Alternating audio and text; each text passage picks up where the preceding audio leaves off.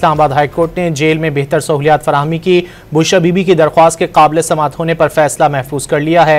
Islamabad high court ने jail में बेहतर सहूलियात फराहमी की बुशरा बीबी की दरख्वास्त के काबिल समाअत होने पर फैसला महफूज किया है।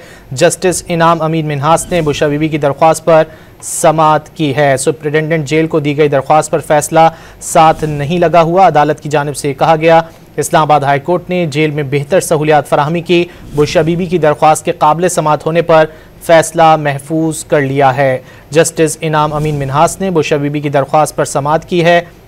सुप्रिटेंडेंट जेल को दी गई दरख्वास्त पर फैसला साथ नहीं लगा हुआ। अदालत की जानिब से इस्तफसार किया गया, हमने कोरियर के जरिए दरख्वास्त जेल हुक्काम को भेजी है। वकील बुशरा बीबी की जानिब से बताया गया। मजीद जानेंगे डॉन न्यूज़ के नुमाइंदे ताहिर नसीर से। ताहिर, क्या तफसीलात हैं, कब तक सुनाया जाएगा फैसला?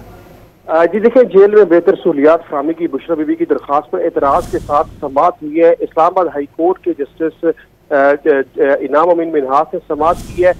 दौरान समाअत बुशरा बीबी की जानिब से उनके वकील ज़हीर अब्बास और मोहम्मद उस्मान गिल अदालत में पेश हुए।